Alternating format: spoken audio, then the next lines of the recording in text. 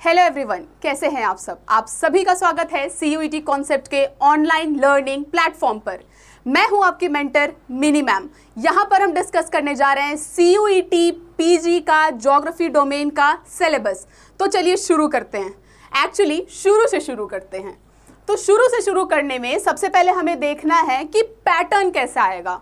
जो CUET PG है उसमें कितने क्वेश्चंस होंगे, क्वेश्चन पेपर का पैटर्न कैसा होगा, ये सभी हम लोग डिस्कस करने जा रहे हैं। और आप आखिरी तक इस वीडियो में बने रहिए। अगर आपको ज्योग्राफी डोमेन का सिलेबस पूरी तरह से जानना है, समझना है, स्ट्रैटेजी समझना है कि कैसे आप ज्योग्राफी के 75 क्वेश्चंस पूरे के पूरे सही कर सकते हैं। तो चलिए आगे बढ़ते हैं। शुरू कहाँ से शुरू करें कि क्वेश्चन पेपर जो है आपका, उसमें आपको 100 क्वेश्चंस मिलेंगे, 100 क्वेश्चंस होंगे, जिसमें से आपको सारे क्वेश्चंस करने क्या है बच्चा, कंपलसरी हैं। सारे क्वेश्चंस करने कंपलसरी इसलिए लिखा हुआ है क्योंकि यूजी में आप देखेंगे कि आपको 50 क्वेश्चंस मिलते हैं, जिसमें से आपको 40 क्वेश्चंस करने होते हैं।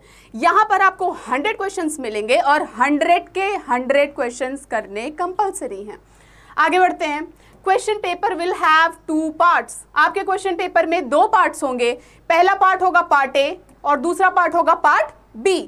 पार्ट ए में आपको 25 क्वेश्चंस मिलेंगे, पर वो जो 25 क्वेश्चंस हैं वो किस बेसिस पर होंगे, वो होंगे लैंग्वेज कॉम्प्रिहेंशन या फिर वर्बल एबिलिटी या फिर जनरल अवेयरनेस या मैथमेटिकल क्वांटिटेटिव एबिलिटी और एनालिटिकल स्किल्स। ये सारी चीज़ों को मिला करके आपका पार्ट ए बनने वाला है। सिर्फ 25 क्वेश्चंस बनने वाले हैं, ठीक है।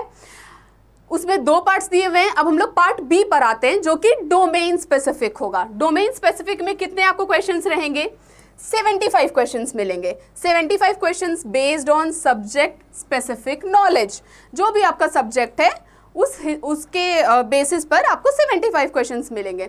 अब ये 75 क्वेश्चंस जिसने जैसा सब्जेक्ट लिया है उस हिसाब से आपको दिए जाएंगे। यहाँ पर हम लोग ज्योग्राफी डोमेन पढ़ने वाले हैं, ज्योग्राफी की बात करने वाले हैं, ज्योग्राफी का सिलेबस डिस्कस करने वाले हैं। और आखिरी में, इस वीडियो के आखिरी तक बने रहेंगे तो आपको बहुत बहुत अच्छी चीज़ें जानने को मिलेंगी, क्योंकि मैं बताने वाली हूँ बढ़िया सी स्ट्रैटेजी CUET PG 2024 को क्लियर करने की। तो CUET PG 2024 को क्लियर करने में कुछ चीज़ें हैं जो आपको ध्यान में रखनी है, वो मैं आखिरी में बताऊंगी। पहले सिलेबस देख लेते हैं, क्योंकि सिलेबस के हिसाब से ही स्ट्रैटेजी बनाई जाती है। आप कोई भी एग्जाम का प्रिपरेशन करिए, आप पहले सिलेबस देखिए, फिर उसके बाद से उसके हिसाब से क्वेश्चन पेपर्स देखिए और फिर स्ट्रैटेजी बनाइए। तो चलिए चलते हैं, आगे बढ़ते हैं। आपको पता चल गया क्वेश्चन का पैटर्न कैसा होगा। तो एक और बात, ज़रूरी बात, कि हम लोग MA MSc ज्योग्राफी देने जा रहे हैं, ठीक है। सब्जेक्ट का जो कोड है वो यहाँ पर आपको दिख रहा है। MA MSc ज्योग्राफी क्यों है, क्योंकि MA जो है वो भी ज्योग्राफी मतलब ज्योग्राफी MA में भी होता है बच्चा, और MSc में भी होता है, ठीक है। साइंस में भी आता है, आर्ट्स में भी आता है, इस वजह से वहाँ MA/MSc आप हर जगह देखेंगे ज्योग्राफी में, ठीक है। तो किसी को साइंस में मिलता है, किसी को आपको आर्ट्स में मिलता है। ये आपका कोड दिया हुआ है, क्लियर है सबको। अब आगे बढ़ते हैं हम लोग। आपको सिलेबस जो है हमारा CUET PG का, वो 3 पार्ट्स में डिवाइडेड है। 3 पार्ट क्या है, यहाँ आपको दिख रहे हैं। पार्ट ए है फिजिकल ज्योग्राफी, सेकेंड पार्ट है ह्यूमन ज्योग्राफी और पार्ट सी है ज्योग्राफिकल टेक्निक, जिससे आजकल बहुत सारे क्वेश्चंस बन रहे हैं। तो हमें ध्यान देना होगा। एक्चुअली हमें तीनों पार्ट पर बराबर ध्यान देना है। तो हम लोग शुरू से शुरू करते हैं फिर से। पार्ट ए फिजिकल ज्योग्राफी से। फिजिकल ज्योग्राफी में क्या क्या चीज़ें हैं, चलिए देखते हैं। आपको यहाँ पर दिखाई दे रहा होगा ऊपर जो चीज़ें लिखी हुई हैं, जैसे पार्ट ए फिजिकल ज्योग्राफी, तो ये सारा सिलेबस जो है फिजिकल ज्योग्राफी का है, ठीक है। ऐसे ही हम लोग बढ़ते जाएंगे। आप जब पार्ट बी आएगा तो यहाँ पर आपको पार्ट बी दिख जाएगा, क्लियर है। तो अभी हम लोग पार्ट ए कर रहे हैं, पार्ट ए का सेक्शन फर्स्ट कर रहे हैं। तो पार्ट ए का सेक्शन 1 क्या है, पहला है जियोमॉर्फोलॉजी, ठीक है। भू आकृति विज्ञान के बारे में हम लोग को पढ़ना है। सेक्शन 1 में हम लोग को जियोमॉर्फोलॉजी पढ़ना है। अब उसमें क्या क्या चीज़ें हैं, पहला है solar system and the earth. Solar system के बारे में पढ़ना है, धरती के बारे में पढ़ना है। उसमें भी क्या पढ़ना है, सौर मंडल में उसके अंदर क्या पढ़ना है, उसके अंदर हमें पढ़ना है ओरिजिन ऑफ द अर्थ। अर्थ का ओरिजिन कैसे हुआ, ठीक है। इंपॉर्टेंट थ्योरीज बनाई गई हैं अर्थ के ओरिजिन के लिए, कि क्या हुआ होगा तो अर्थ का ओरिजिन हुआ। ऐसे कई आपको थ्योरीज पढ़ने को मिल जाएंगे। अलग अलग बुक में आपको हो सकता है किसी में एक थ्योरी हो, किसी में 2 थ्योरी हो। हम लोग सबको समेट करके प्रिसाइजली पढ़ेंगे, ठीक है।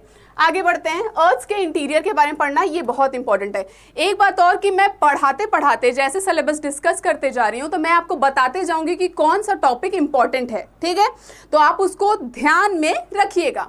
तो हम यहाँ पे पहुंचे कि अर्थ का इंटीरियर जो है वो बहुत इंपॉर्टेंट है, इससे क्वेश्चन आ सकता है। आगे चलते हैं। अर्थ के इंटीरियर में क्या है आपका?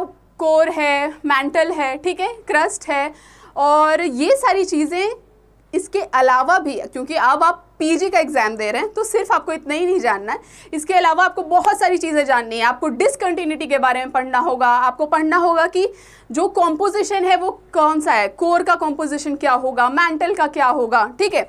ये सारी चीज़ें आपको पढ़नी पड़ेंगी। आगे चलते हैं। जियोलॉजिकल टाइम स्केल आपको पढ़ना है। एक कंटिन्यूम बना हुआ है, ठीक है, वहाँ पर आपको उसके बारे में जानना ये है कि कब क्या हुआ था, ठीक है। टाइम स्केल क्या होता है, स्केल क्या होता है, कब क्या हुआ था, इस बारे में आपको जियोलॉजिकल टाइम स्केल ही बताता है, ठीक है। कौन सा एरा था, कौन से एरा में क्या हुआ, ठीक है, समझ आ रही है बात। तो ये सारी चीज़ें आप इसमें पढ़ लेंगे। मियोसीन हो गया और बहुत सारी चीज़ें आती हैं। जब मैं पढ़ाऊँगी तो आपको ये सारी चीज़ें ट्रिक के साथ पढ़ाऊँगी। थोड़ा सा टफ होता है जियोलॉजिकल टाइम स्केल, तो वो हम लोग इजी वे में पढ़ेंगे, वो पूरा याद हो जाएगा, ठीक है।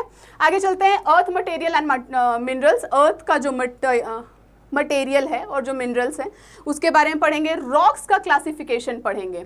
रॉक्स का क्लासिफिकेशन भी बहुत इंपॉर्टेंट है, ठीक है। एंड कैरेक्टरिस्टिक, रॉक के क्लासिफिकेशन पढ़ेंगे और उसके कैरेक्टरिस्टिक्स पढ़ेंगे। इग्नियस हो गया, मेटामॉर्फिक हो गया, सेडिमेंट्री हो गया, ठीक है। आगे चलते हैं। Earth surface configuration, order of landform पढ़ेंगे। ऑर्डर ऑफ लैंडफॉर्म तो इजी है, आपने पहले भी पढ़ा होगा, first order, second order, third order, ठीक है। वेगनर का थ्योरी पढ़ेंगे। प्लेट टेक्टोनिक्स बहुत इंपॉर्टेंट टॉपिक है, ठीक है। प्लेट टेक्टोनिक्स बहुत इंपॉर्टेंट टॉपिक है। प्लेट टेक्टोनिक्स से आप जोड़ करके बहुत सारी चीजें पढ़ सकते हैं, ठीक है। तो प्लेट टेक्टोनिक्स में भी आपको थ्योरी मिलेगी, ठीक।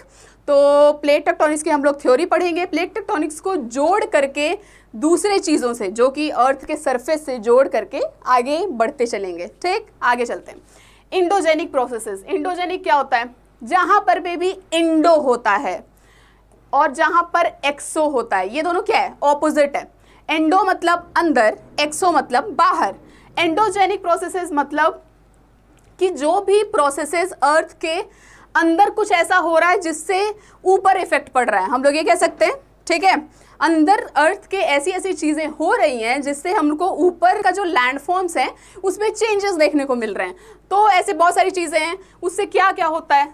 फोल्ड बनता है, फॉल्ट बनता है, dome and their resultant landforms. अभी मैंने बोला कि हम लोग लैंडफॉर्म्स के बारे में पढ़ेंगे क्योंकि ये एंडोजेनिक प्रोसेस है, ठीक है। Earthquake and volcanic activities, causes, resultant landforms and world distribution.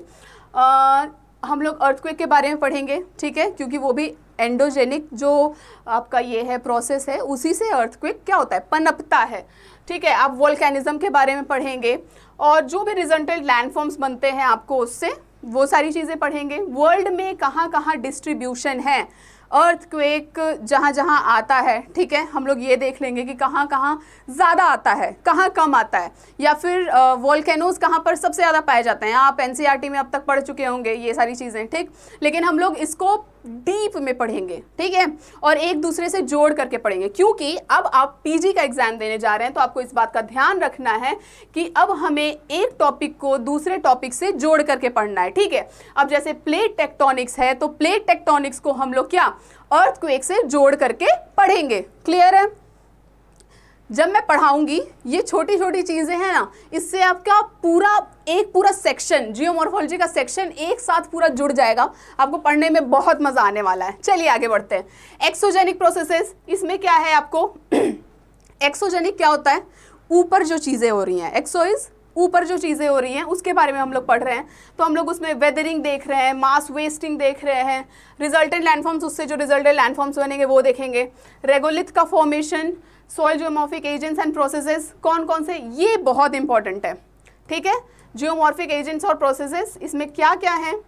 Fluvial, glacial, coastal, arid, karst landforms, ये सारे लैंडफॉर्म्स आपको रटे हुए होने चाहिए, जबान पर आपके होने चाहिए, ठीक है। जो फ्लूवियल लैंडफॉर्म्स हैं वो कौन से लैंडफॉर्म्स हैं, और फ्लूवियल में भी इरोजनल कौन से हैं, डिपोजिशनल कौन से हैं, ठीक है। सारे में आपको इरोजनल और डिपोजिशनल लैंडफॉर्म मिल जाएंगे। ग्लेशियल में भी आपको इरोजनल मिलेंगे, डिपोजिशनल मिलेंगे, ठीक है। तो आपको क्या करना है, अलग अलग करना है और ये एक टेबल, एक चार्ट बना करके रखना है। अभी ऐसी बहुत सारी चीज़ें आएंगी जिसका चार्ट आपको बना करके रखना पड़ेगा, ठीक है। ये भी उसमें से एक है। ये पूरा चार्ट आपको रटा हुआ होना चाहिए, तो आप आराम से इस टॉपिक का क्वेश्चन सॉल्व कर सकते हैं और ये बहुत इंपॉर्टेंट टॉपिक है। चलिए आगे बढ़ते हैं।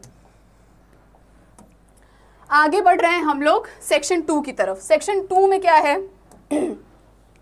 सेक्शन 2 में क्लाइमेटोलॉजी के बारे में हम लोग देख रहे हैं। क्लाइमेटोलॉजी में सबसे पहला जो टॉपिक है वो है elements of weather and climate. Weather और क्लाइमेट के जो एलिमेंट्स हैं उसके बारे में हम लोग देख रहे हैं, मौसम और जलवायु के तत्व। उसमें क्या पढ़ रहे हैं? Composition and structure of atmosphere. Atmosphere का कॉम्पोजिशन क्या होगा या एटमॉस्फेयर का स्ट्रक्चर क्या है, लेयर्स क्या हैं, ठीक है। जब हम लोग एटमॉस्फेयर देखते हैं उसमें लेयर्स क्या है, किस किस चीज़ से बना हुआ है, कहाँ पर क्या चीज़ें, मतलब जो आपका कहाँ पर क्या चीज़ें हैं, ठीक है। मतलब अगर एटमॉस्फेयर भी है तो उसमें कुछ कुछ ऐसा कॉम्पोजिशन है जो कि आपको क्या करता है, अलग करता है, एक एक लेयर को अलग करता है, ठीक है। और ऐसी बहुत सारी चीज़ें हैं, ये आपको मैं क्लास में पढ़ाते चलूँगी जोड़ वोड़ कर। और है हीट बजट, जो कि ये बहुत इंपॉर्टेंट है। हीट बजट बहुत बहुत इम्पॉर्टेंट है। हम लोग अर्थ पे जो भी लाइट आती है, ठीक है, इसको आप पढ़ेंगे। लाइट, जो लाइट आ रही है कितनी आ रही है, कितनी जा रही है, कौन सी लाइट क्लाउड्स में रह जा रही है, कौन सी लाइट एटमॉस्फेयर में रह जा रही है, और उस समय प्लस माइनस करने के बाद धरती पर कितनी लाइट पहुंच रही है, ठीक है।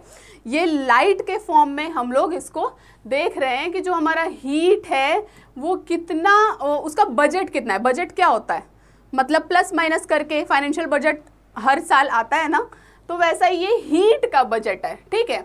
ये बहुत इंपॉर्टेंट टॉपिक है, इससे सवाल आना संभव है, ठीक है। आगे बढ़ते हैं एटमॉस्फेरिक प्रेशर के बारे में। एटमॉस्फेरिक प्रेशर क्या है?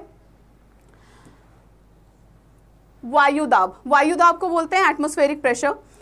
एटमॉस्फेयर में क्या होता है कि अभी हम लोग धरती पर हैं, हमारे ऊपर भी एटमॉस्फेरिक प्रेशर लग रहा है, ठीक है। तो हमारा शरीर क्या होता है, सही से काम कर रहा होता है, ठीक है। उसी का हम लोग वर्टिकल और हॉरिजॉन्टल डिस्ट्रीब्यूशन पढ़ेंगे। वर्टिकल डिस्ट्रीब्यूशन और हॉरिजॉन्टल डिस्ट्रीब्यूशन एटमॉस्फेरिक प्रेशर का, कि एटमॉस्फेरिक प्रेशर जो है वो वर्टिकली कैसे डिस्ट्रीब्यूटेड है धरती पर और हॉरिजॉन्टली कैसे डिस्ट्रीब्यूटेड है धरती पर, ठीक है। ऊपर जाते हैं तो क्या एटमॉस्फेरिक प्रेशर कम होता है, या हम लोग साइडवाइज जाते हैं तो क्या एटमॉस्फेरिक प्रेशर कम होता है या ज़्यादा होता है, ऊपर जाने पे ज़्यादा होता है या कम होता है। ये सारी चीज़ें ही, इसी को डिस्ट्रीब्यूशन बोला जाता है, ठीक है। और वो अगर हम लोग उसमें वर्टिकल और हॉरिजॉन्टल शब्द जोड़ दिए हैं तो हम लोग ऊपर और नीचे के बारे में बात कर रहे होते हैं कि नीचे जाएंगे तो कैसा होगा, ऊपर की तरफ अगर हम लोग चल रहे हैं तो कैसा होगा। तो ये आपको जो शब्द है वर्टिकल और हॉरिजॉन्टल डिस्ट्रीब्यूशन, ये आपको बहुत सारी चीज़ों में ज्योग्राफी में मिलने वाला है, ठीक है। Winds and their causes of circulation. देखिए विंड्स भी कई तरह के होते हैं, लोकल होता है, ठीक है। आपको अर्थ पे आपको बहुत सारे विंड्स मिल जाएंगे जो कि एक एक रीजन स्पेसिफिक विंड्स होते हैं। एक होता है जो ग्लोब पे विंड चल रहा होता है, ठीक है। तो उसके मतलब आपके विंड को टाइप को पढ़ना पड़ेगा, फिर आपको उसी का सर्कुलेशन पढ़ना पड़ेगा, ठीक है। इसमें हम लोग ये चीज़ें पढ़ेंगे। अच्छा यहाँ पर लिखा हुआ है, देखिए टाइप्स लिखा है, प्लैनेटरी, पीरियोडिक और लोकल विंड्स। एक लोकल क्या है, वही जो रीजन स्पेसिफिक होगा। पीरियोडिक कभी कभी होता है, प्लैनेटरी जो ग्लोब होता है, ठीक है।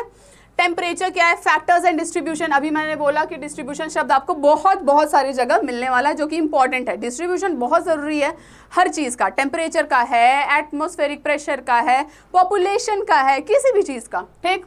तो टेम्परेचर का फैक्टर्स और डिस्ट्रीब्यूशन हम लोग देखेंगे। तो टेम्परेचर में क्या क्या फैक्टर्स हैं जो टेम्परेचर को इफेक्ट करते हैं, ठीक। डिस्ट्रीब्यूट कैसे है वो, वर्टिकली कैसे डिस्ट्रीब्यूट है, हॉरिजॉन्टली कैसे डिस्ट्रीब्यूट है टेम्परेचर।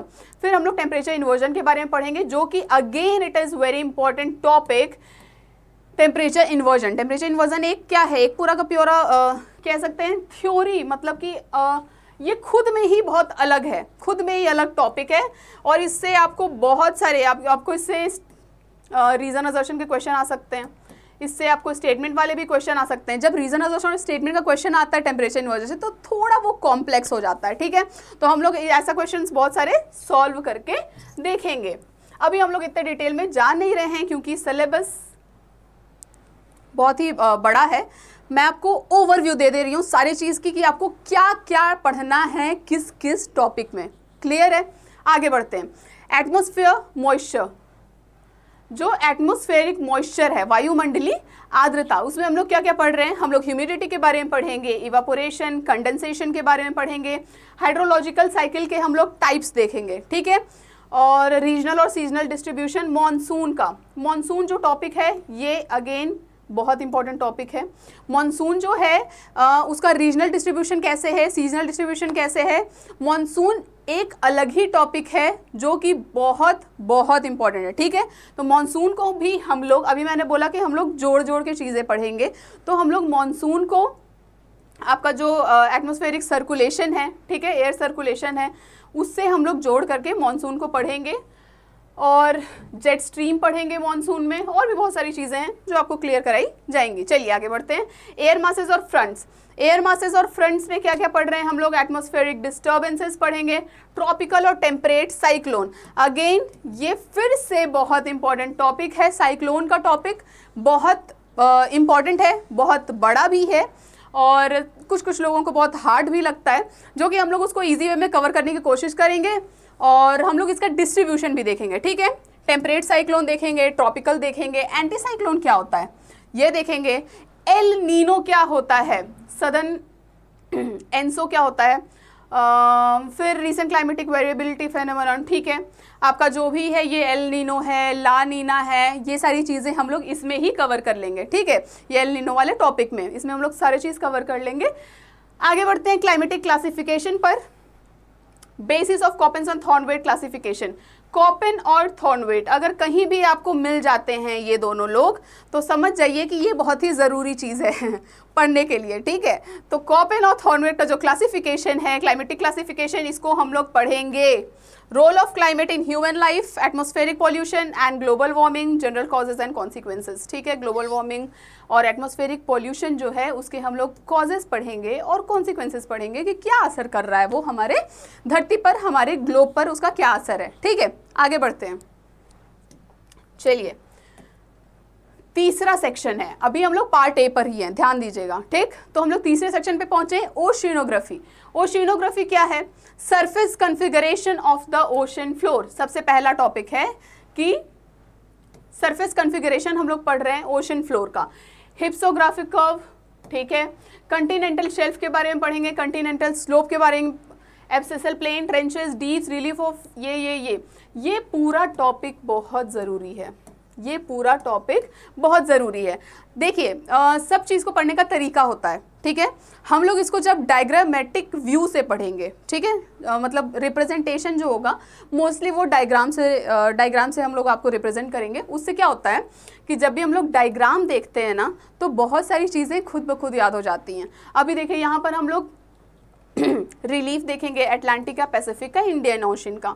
तो जब हम लोग अटलांटिक ओशन का रिलीफ देख रहे होंगे तो उसमें हम लोग थोड़ा बहुत डायग्राम और अपना कला दिखाया जाएगा, और उसमें बताएंगे कि कहाँ कहाँ कौन कौन से रिलीफ हैं, कहाँ आपको ट्रेंचेस मिलेंगे, या किस में सबसे ज़्यादा ट्रेंचेस मिलेंगे। चलिए एक क्वेश्चन भी मुझे याद आ गया कि किस में सबसे ज़्यादा ट्रेंचेस होते हैं, अटलांटिक में, पैसिफिक में या इंडियन में। कमेंट करके फटाफट बता दीजिएगा मुझे, फिर मैं बताऊंगी आप सही हैं या गलत। चलिए आगे बढ़ते हैं। Distribution of temperature and salinity of oceans and seas. तो देखिए फिर से आ गया डिस्ट्रीब्यूशन टेम्परेचर का और सैलिनिटी का ओशन एंड सीज में। जो ओशन है और जो सीज हैं उसमें टेम्परेचर का डिस्ट्रीब्यूशन कैसे है, या फिर सैलिनिटी का डिस्ट्रीब्यूशन कैसे है, ठीक है, ओशन और सीज में, ये हम लोग देखेंगे।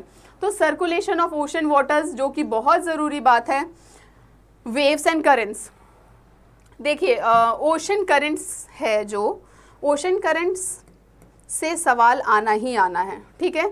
ओशन करंट्स बहुत बहुत इंपॉर्टेंट टॉपिक है और इससे सवाल आता ही आता है, ठीक है।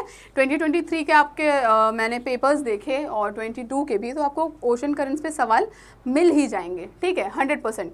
तो आपको देखना है currents of Atlantic, Pacific, Indian ocean.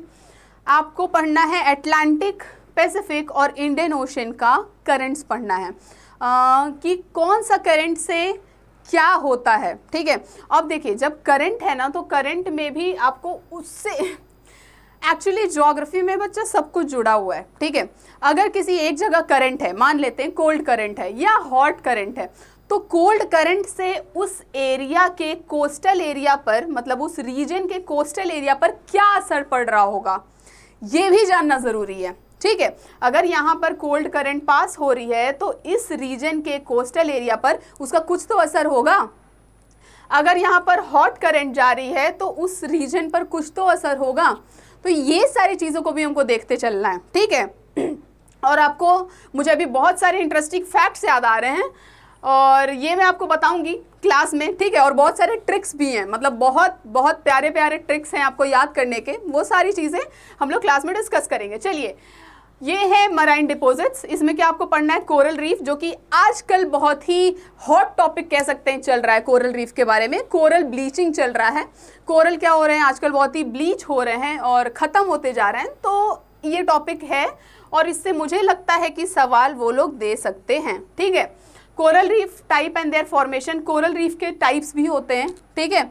आप रीड करेंगे उसमें अपनी बुक पे। Coastal environment, ocean as the store house of resources for the future. Ocean क्या है, रिसोर्स है फॉर द फ्यूचर, ये हम लोग देखेंगे। चलिए आगे बढ़ते हैं बायो ज्योग्राफी पे, ठीक है। ओशनोग्राफी हो गया, अभी हम लोग पार्ट 1 में ही हैं, सेक्शन 4 कर रहे हैं बायो ज्योग्राफी। इसमें क्या है, पहला बायोस्फीयर। बायोस्फीयर का मीनिंग और concept, components of ecosystem and ecology. Ecosystem और इकोलॉजी के बारे में हम लोग पढ़ेंगे। बायोम्स के बारे में पढ़ेंगे, ये इंपॉर्टेंट है। वर्ल्ड के मेजर बायोम्स कौन कौन से हैं, ठीक है, और उसका कैरेक्टरिस्टिक क्या है। तो अब आप सोच रहे होंगे इसको कैसे जोड़ सकते हैं मैम, इसको भी जोड़ सकते हैं, सब जोड़ सकते हैं। फंक्शंस, फंक्शंस क्या है, ट्रॉफिक लेवल इंपॉर्टेंट है, energy flow cycles, geochemical, carbon, nitrogen, oxygen, ये सारा साइकिल हम लोग पढ़ेंगे। Geochemical cycle, carbon cycle, nitrogen cycle और ऑक्सीजन साइकिल। मोस्टली आपको नाइट्रोजन साइकिल से क्वेश्चन देखने को मिलता है और कार्बन से मिलता है, ठीक है। चलिए, फूड चेन, फूड वेब और इकोलॉजिकल पिरामिड। ये आपको जो इकोलॉजिकल पिरामिड है, इससे आपको क्वेश्चन देखने को मिलेगा। यहाँ पर ट्रॉफिक लेवल, यहाँ पर आपको नाइट्रोजन और कार्बन और इकोलॉजिकल पिरामिड। जितना मैं इंपॉर्टेंट बोल रही हूँ, अगर आपका उतना ही कंप्लीट होगा ना, तो आप 75 में 70 कर लेंगे। और जो मैं पढ़ा रही हूँ, अगर आप वो एक बार देख लिया तो 75 में 75 तो 100% श्योर है। चलिए, human interaction and impacts. Human interaction and impacts में क्या है, इन्वायरमेंटल एथिक्स, जो कि हमें जानना चाहिए, ठीक है।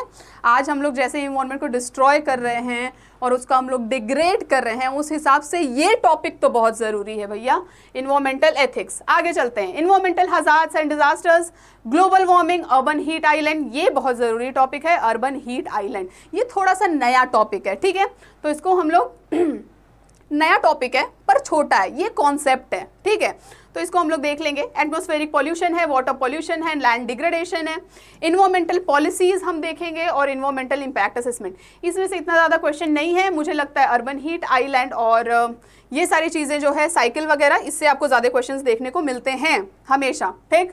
आगे बढ़ते हैं, सेक्शन 4 हो गया। सेक्शन 5 पर फिजिकल ज्योग्राफी ऑफ इंडिया। यहाँ पर क्या है, land of diversities, geological structure, physical structure and division, drainage pattern, soil types. ये सेक्शन 5 पूरा का पूरा इंपॉर्टेंट है। क्यों इंपॉर्टेंट है, क्योंकि यहाँ पर हम लोग फिजिकल ज्योग्राफी पढ़ रहे हैं इंडिया का, ठीक है। इंडिया का फिजिकल ज्योग्राफी पढ़ रहे हैं, वहाँ का लैंड पढ़ रहे हैं, वहाँ के बारे में सारी चीज़ें, ठीक। तो यहाँ पे इस वजह से ये पूरा सेक्शन इंपॉर्टेंट हो जाता है। तो पहले हम लोग लैंड का डाइवर्सिटी देख रहे हैं कि जियोलॉजिकल स्ट्रक्चर कैसा है, फिजिकल फीचर्स और डिवीजन। आगे ड्रेनेज पैटर्न, ड्रेनेज पैटर्न में आपके सारे रिवर्स आ जाएंगे, बेसिन्स आ जाएंगे, कौन कहाँ जा रहा है, किस साइड लेफ्ट राइट है, ट्रिब्यूटरी है, सारी चीज़ें, ठीक है, ये सारा ड्रेनेज पैटर्न में ही आ जाएगा। सॉइल के टाइप्स भी आ जाएंगे, फिर नेचुरल वेजिटेशन भी आ जाएगा। सॉइल का डिस्ट्रीब्यूशन भी आपको पढ़ना ज़रूरी है कि कहाँ पर कौन सा सॉइल है, ठीक है। तो अब बताती हूँ कि सॉइल भी जुड़ा हुआ है, सॉइल भी जुड़ा हुआ है लैंड से। कहाँ पर कौन सा सॉइल होगा ये आपके क्लाइमेट पे भी डिपेंड करता है, ठीक है। सब चीज़ एक दूसरे के साथ जुड़े हुए होते हैं। जैसे आप किसी एक चीज़ के बारे में पढ़ लिए तो आप दूसरा चीज़ खुद ब खुद अंदाज़ा लगा सकते हैं ज्योग्राफी में, ठीक। आगे बढ़ते हैं। क्लाइमेट सीजन्स है, क्लाइमेट उसमें सीजन है monsoon, origin, regional and seasonal variations, distribution of temperature and rainfall, local winds, ये सारे हैं। देखिए ये सारे मैंने पहले भी हम लोगों ने पढ़ा, लेकिन ये क्या है, ज्योग्राफी ऑफ इंडिया, ये इंडिया के कॉन्टेक्स्ट में हम लोग पढ़ रहे होंगे, ठीक है। यहाँ पर तो इंडियन मॉनसून के बारे में हम लोग पढ़ रहे होंगे, इंडिया का लोकल विंड्स पढ़ रहे होंगे, ठीक। आगे चलते हैं। मिनरल एंड पावर रिसोर्सेज, यहाँ पे क्या है, major types and their potential, distribution and production, sources of non conventional energy. Energy जो है इसमें आपको कन्वेंशनल और नॉन कन्वेंशनल दोनों मिल जाएगा, तो हम लोग इसके सोर्सेज पढ़ेंगे, ठीक। और मिनरल पावर रिसोर्सेज में कौन सा मिनरल कहाँ पर डिस्ट्रीब्यूटेड है, ये सारी चीज़ें आपको पढ़ाऊंगी मैं। ऐसे ही बने रहिए और पूरा वीडियो आखिरी तक देखिए अगर आपको स्ट्रैटेजी जानना है तो। यहाँ पर हम लोग आ गए पार्ट बी ह्यूमन ज्योग्राफी में। अब मैं आपको एक और बात बता देती हूँ कि पार्ट ए क्या है, फिजिकल ज्योग्राफी। इसके लिए आप एक बुक रिकमेंड मैं करती हूँ, सविंद्र सिंह, प्रोफेसर सविंद्र सिंह जी की बुक आती है, वो बुक मैं आपको रिकमेंड कर रही हूँ फिजिकल ज्योग्राफी के लिए। इसमें आपको ये सारी चीज़ें मिल जाएंगी, जितना हमने पढ़ा, ओशिनोग्राफी पढ़ा, क्लाइमेटोलॉजी पढ़ा, ये सारी चीज़ें आपको एक बुक में मिल जाएंगी, सविंद्र सिंह के बुक में, ठीक है। तो आप वो बुक इसके लिए, इस पार्ट के लिए ले सकते हैं। आगे बढ़ते हैं ह्यूमन ज्योग्राफी। ह्यूमन ज्योग्राफी के लिए आप माजिद हुसैन की बुक ले सकते हैं, ठीक है, काफ़ी अच्छी बुक मानी जाती है। सविंद्र सिंह जी की बुक बहुत अच्छी मानी जाती है।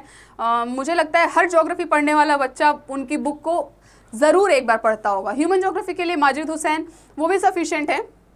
लेकिन ह्यूमन ज्योग्राफी में एक दिक्कत है कि जैसे जैसे टॉपिक बदलते जाएंगे वैसे वैसे आपको बुक भी बदलना पड़ेगा, सारे में तो नहीं पर कुछ कुछ चीज़ों में। जैसे कि सेक्शन 5th है ये जियोग्राफिक थॉट, ठीक है। इसमें क्या है, इसके लिए बुक आती है माजिद हुसैन की, अलग बुक है वो, ठीक है, ह्यूमन ज्योग्राफी की बुक नहीं है, वो अलग बुक है। थॉट की बुक आती है, वो आप बुक ले सकते हैं। और उसमें आपको थॉट का जो सारा चैप्टर्स हैं, जितना आपको पढ़ने की ज़रूरत है वो सारी चीज़ें आपको इनके बुक में मिल जाएगी, माजिद हुसैन के थॉट में मिल जाएगी, ठीक है। तो देखते हैं टॉपिक्स क्या क्या है। Nature and scope of geography है, a brief historical overview of geography as a discipline. Geography as a discipline ये पढ़ने में एक्चुअली लगता है थोड़ा बोरिंग, ठीक है। तो हम लोग को देखना है कि क्वेश्चंस कहाँ कहाँ से बन सकते हैं, वैसे वैसे हम लोग पढ़ते जाएंगे। तो ज्योग्राफी एज अ डिसिप्लिन ये पढ़ना ज़रूरी है। ब्रांचेस ऑफ ज्योग्राफी, ज्योग्राफी के कितने ब्रांचेस हैं, जनरल कैरेक्टरिस्टिक और इंटर रिलेशनशिप। आगे बढ़ते हैं, contributions of Greek, Roman, Arab, Chinese और इंडियन स्कॉलर्स। ये बहुत इंपॉर्टेंट है। आपको एक बात बता दूं कि इस सेक्शन से क्वेश्चंस बहुत सारे आए हैं। ज्योग्राफिकल थॉट जो है इससे क्वेश्चंस बहुत सारे आए हैं। तो इसमें इस पूरे थॉट के मतलब पूरे बुक में से आपको ये जो पार्ट है, contribution of Greek, Roman, Arab, Chinese और इंडियन स्कॉलर, ये जो पार्ट है इससे क्वेश्चंस आपको बहुत मिलेंगे, बहुत क्वेश्चंस मिलेंगे। इनका कंट्रीब्यूशन आपको बताना है, ठीक है, इन्होंने क्या क्या करा है, ठीक है, कौन किसके फादर है, फादर ऑफ मॉडर्न ज्योग्राफी कौन है, कमेंट करके बताइएगा फटाफट। रीसेंट ट्रेंड्स इन ज्योग्राफी, जो भी ट्रेंड्स चले ज्योग्राफी में क्या क्या हुआ वो सारी चीज़ों को आप इसमें पढ़ेंगे। डुअलिज्म इन ज्योग्राफिक स्टडीज़ बहुत इंपॉर्टेंट है, ठीक है, हम लोग डुअलिज्म के बारे में पढ़ेंगे। Physical versus human, regional versus systematic, qualitative versus quantitative, idiographic versus nomothetic, यहाँ है आइडियोग्राफिक वर्सेस नोमोथेटिक के बारे में हम लोग, ये सारे डुअलिज्म्स हैं, ठीक है। हम लोग पैराडाइम शिफ्ट पढ़ेंगे। पैराडाइम शिफ्ट इज शब्द, उसके पैराडाइम शिफ्ट जो शब्द है उससे आपको क्या लग रहा है, एक शिफ्ट हुआ, ठीक है। तो एक्चुअली वही है कि ज्योग्राफी में जो आप शिफ्ट देखा वो क्या था, कैसे हुआ, कब हुआ, ठीक है, या चेंज क्या आया उसके बाद, तो हम लोग पैराडाइम शिफ्ट में ये सारी चीज़ें पढ़ेंगे। पर्सपेक्टिव इन ज्योग्राफी, ये भी बहुत इंपॉर्टेंट है। ये सारी चीज़ें आप यहाँ से कंट्रीब्यूशन से लेके, ओके थोड़ा हौच पौच हो गया, मैं क्लियर कर देती हूँ। देखिए कंट्रीब्यूशन ऑफ ग्रीक रोमन, ये सारे से लेके ये नीचे तक, ठीक है, सारा जो आपका पैराडाइम शिफ्ट है, पर्सपेक्टिव है, ये सारी चीज़ें बहुत ज़रूरी हैं। Positivism, behaviourism, humanism, structuralism, feminism और पोस्ट मॉडर्निज्म, ठीक है, ये सारी चीज़ों को हम लोग देखते चलेंगे। आगे चलते हैं। पॉपुलेशन ज्योग्राफी, जनसंख्या भूगोल, इसमें क्या है, इसमें है आपका division of Mankind, racial groups and culture. इसके लिए आपको वो बुक सफिशिएंट होगा जो मैंने बताया, ह्यूमन ज्योग्राफी माजिद हुसैन जी की। तो डिवीजन ऑफ मैनकाइंड में racial groups and culture, systems, characteristic और डिस्ट्रीब्यूशन, जो आपका रेशियल ग्रुप्स हैं वो कहाँ कहाँ पर कैसे हैं, ठीक है, उनका कैरेक्टरिस्टिक क्या है, ये भी है, डिस्ट्रीब्यूशन क्या है, और human adaptation to the environment, adaptation in modern society, globalisation और कल्चरल चेंज। ग्लोबलाइजेशन के बारे में पढ़ेंगे, जो कल्चरल चेंज आया है उसके बारे में पढ़ेंगे। Language, communication and belief, distribution and density of population, ये बहुत इंपॉर्टेंट है, इससे सवाल आते हैं क्योंकि आपका एमसीक्यू सवाल आता है ना, तो ऐसे ऐसी चीज़ें हैं जिससे एमसीक्यू बन सकता है, ठीक है। और जो आपके रीज़न वाले क्वेश्चन है, रीज़न असर्शन वाले, उसमें क्या है कि आपको थोड़ा उसमें थ्योरी चाहिए होगा, ज़रूरी नहीं है। देखिए एमसीक्यू से भी थ्योरी उठा सकते हैं, मतलब कि जो न्यूमेरिकल क्वेश्चन है उससे भी आप रीजन असर्शन बना सकते हैं, आजकल सब कुछ संभव है, ठीक है, लेकिन फिर भी हम लोग एक प्रोबेबिलिटी लेकर के चलते हैं। उसमें क्या है कि distribution and density of population, इसमें आपका थोड़ा न्यूमेरिकल हो जाता है, थोड़ा फैक्ट बेस्ड हो जाता है, तो इससे एमसीक्यू बनने के बहुत सारे चांसेस होते हैं। फैक्ट, और अगर न्यूमेरिकल से या फैक्ट बेस्ड से क्वेश्चन रीजन असर्शन या स्टेटमेंट में आता है तो आप समझ जाइएगा कि क्वेश्चन पेपर हार्ड है, ठीक है। अगर कभी भी फैक्ट बेस्ड वाले क्वेश्चन को उन्होंने स्टेटमेंट 1, स्टेटमेंट 2, ठीक है, या फिर रीजन असर्शन दे दिया तो समझ जाइए कि क्वेश्चन पेपर है बहुत हार्ड, ठीक है। चलिए चलते हैं, लेकिन ये सारी चीज़ें मैं आपको पढ़ाने वाली हूँ, एक टॉपिक से 5 तरह के क्वेश्चंस बना करके मैं आपको कराऊंगी, ठीक। तो इसी तरह CUT कॉन्सेप्ट के साथ जुड़े रहें और अपनी मिनी मैम के साथ जुड़े रहें। आगे चलते हैं। Distribution and density of population में क्या है, फैक्टर्स, ग्रोथ एंड डिस्ट्रीब्यूशन है, population composition, population theories important है, हेल्थ एंड वेलबींग। माइग्रेशन के बारे में हम लोग पढ़ेंगे, जब भी हम लोग पॉपुलेशन पढ़ते हैं तो माइग्रेशन उनके साथ साथ आता है, ठीक है, उनका दायां हाथ बायां हाथ माइग्रेशन है। तो उसमें क्या है, इंटरनल और इंटरनेशनल माइग्रेशन हम लोग पढ़ेंगे, इंटरनल कैसे होता है, इंटरनेशनल माइग्रेशन कैसे होता है, टाइप्स क्या क्या हैं। सेटलमेंट्स के बारे में पढ़ेंगे, rural and urban, urbanisation process, इसमें पैटर्न एंड वर्ल्ड डिस्ट्रीब्यूशन है, पॉपुलेशन पॉलिसीज हैं, ठीक। इलेक्टोरल ज्योग्राफी, इलेक्टोरल ज्योग्राफी में क्या पढ़ेंगे, फ्रंटियर्स एंड बाउंड्रीज, ये इंपॉर्टेंट टॉपिक है, इसका आपको डेफिनेशन सिर्फ पता होना चाहिए, ठीक है, इतना काफ़ी है आपके एग्जाम के लिए। फ्रंटियर्स और बाउंड्रीज का डेफिनेशन बढ़िया से पता होना चाहिए, इतना काफ़ी है। आगे चलते हैं, geopolitics and world order, geopolitical conflict, इससे इतने सवाल तो आते नहीं हैं हम लोग, लेकिन सारा चीज़ कवर करते हुए चलेंगे। जो इंपॉर्टेंट है उसे मैं इंपॉर्टेंट बोल दे रही हूँ, ठीक है, पूरा बता दे रही हूँ कि ये टॉपिक इंपॉर्टेंट है, उसको आपको देखना है। आगे है ज्योग्राफी ऑफ रिसोर्सेज। अब देखिए ज्योग्राफी ऑफ रिसोर्सेज के लिए आप अलका गौतम जी की बुक आती है, ठीक है, रिसोर्सेज की, अलका गौतम जी की बुक को आप क्या कर सकते हैं, रेफर कर सकते हैं ज्योग्राफी ऑफ रिसोर्सेज के लिए, इस पार्ट के लिए, ठीक है।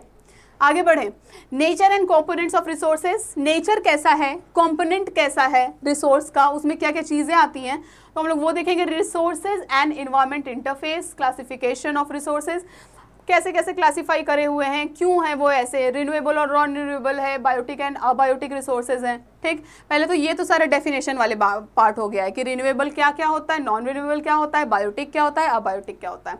आगे चलते हैं, water, forest and soil resources. तो वाटर रिसोर्स का, फॉरेस्ट रिसोर्स और सॉइल रिसोर्स, ये तीनों का आपको टाइप्स, डिस्ट्रीब्यूशन, इकोनॉमिक और इन्वायरमेंटल सिग्निफिकेंस पढ़ना है।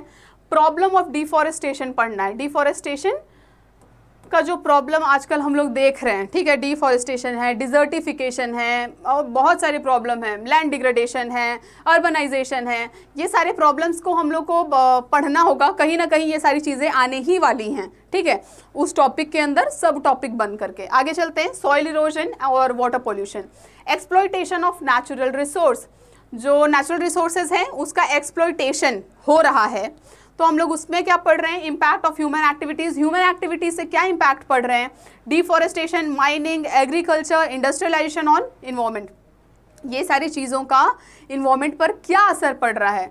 Population pressure and resource utilisation, population pressure के बारे में पढ़ेंगे, रिसोर्स यूटिलाइजेशन के बारे में पढ़ेंगे, पॉपुलेशन एक्सप्लोजन जो कि आज बहुत ही बड़ा टॉपिक बन गया है, हॉट टॉपिक बन गया है डिस्कस करने का आजकल, है ना।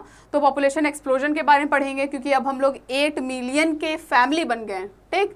तो पॉपुलेशन एक्सप्लोजन को तो पढ़ना बनता है। And food security, environmental hazard, pollution and it's related problems. आगे चलते हैं, इमर्जिंग इन्वायरमेंटल प्रॉब्लम्स पढ़ेंगे, global warming, environmental conservation, preservation and sustainable resource use, ये सारी चीज़ें आपको इसमें पढ़नी है। इसमें से मुझे लगता है ज़्यादा क्वेश्चंस नहीं आएगा, ये वाले जो पार्ट है, ठीक है। ऊपर वाले से आएगा आपका मिनरल अगर है और ये सारी चीज़ें, नॉन रिन्यूएबल है, बायोटिक बायोटिक से आने वाला है, और ये पॉल्यूशन से तो इतना नहीं आएगा, पॉल्यूशन से गैसेस के बारे में आपको सवाल दे सकते हैं। एक्सप्लोटेशन ऑफ नेचुरल रिसोर्सेज से अगर आना होगा तो 1 या 2 सवाल दे दिए जाएंगे। आगे बढ़ते हैं, इकोनॉमिक ज्योग्राफी, इकोनॉमिक ज्योग्राफी ये सारी चीज़ें आपको अलका गौतम जी के बुक में मिल जाएंगी, जो भी रिसोर्सेज से रिलेटेड है, इकोनॉमी से रिलेटेड है, ये सारी चीज़ें आपको उनके बुक में मिल जाएंगी। आगे चलते हैं, sectors of economic activity, primary, secondary और टर्शियरी, ये आपको एनसीईआरटी के बुक में भी पढ़ाया हुआ है क्लास 12th के प्राइमरी क्या होता है, सेकेंडरी कौन सा एक्टिविटी है, टर्शरी एक्टिविटी कौन सा है, क्वार्टरनरी भी बता दिया है, और एक तो और क्वीनरी भी बता दिया है, ठीक है। तो आप छोटे से इसको पढ़ते आ रहे हैं तो इसमें इतना दिमाग आपको नहीं लगाना पड़ेगा। आगे चलते हैं, favourable geographical conditions for different economic activities, जो भी फेवरेबल कंडीशंस हैं अलग अलग एक्टिविटीज़ के लिए, वो सारी चीज़ें। एग्रीकल्चर के बारे में हम लोग पढ़ेंगे, प्राइमरी क्रॉप, वीट, राइस और मेज़। अब वीट, राइस और मेज़ हैं तो हमको इनको पढ़ना कैसे है, कि इसके लिए क्या क्लाइमेट चाहिए होगा, कहाँ होते हैं, कौन से सीज़न में, ठीक है। ये सारी चीज़ें, कहाँ पर वीट जो है उसका लीडिंग प्रोड्यूसर कौन है, इंडिया में कौन है, वर्ल्ड में कौन है, ठीक है। ये सारी चीज़ें हमको देखना होगा। कमर्शियल क्रॉप्स जैसे cotton, sugar cane, tea, coffee, rubber, distribution and production, livestock and fisheries, important fishing grounds. अब एक और बात बता देती हूँ कि ये जो फिशिंग ग्राउंड्स है ना, ये फिशिंग ग्राउंड्स करंट से भी रिलेटेड होते हैं। जो ओशन करंट्स हमने ओशनोग्राफी में देखा ना, उससे भी रिलेटेड होते हैं फिशिंग ग्राउंड्स, ठीक है। अब कैसे होते हैं इसको पढ़ना बहुत इंटरेस्टिंग है, और वो मैं आपको पढ़ाऊंगी क्लास में। आगे बढ़ते हैं, mining economy, factors governing the exploitation of minerals, world reserves and production of iron ore, manganese, bauxite, copper, जो भी इसके बारे में है, जो रिजर्व्स के बारे में है या प्रोडक्शन के बारे में, ठीक है। तो ये आपको पढ़ना ज़रूरी है। आयरन ओर के बारे में, मैंगनीज, बॉक्साइट और कॉपर, ये बहुत बहुत बहुत ज़रूरी है, ठीक है। यहाँ पे लिख देते हैं, वेरी वेरी इंपॉर्टेंट। आगे बढ़ते हैं, fuel and power resources of the world, distribution and production of coal, petroleum, hydro electric power, atomic energy और non conventional sources of energy.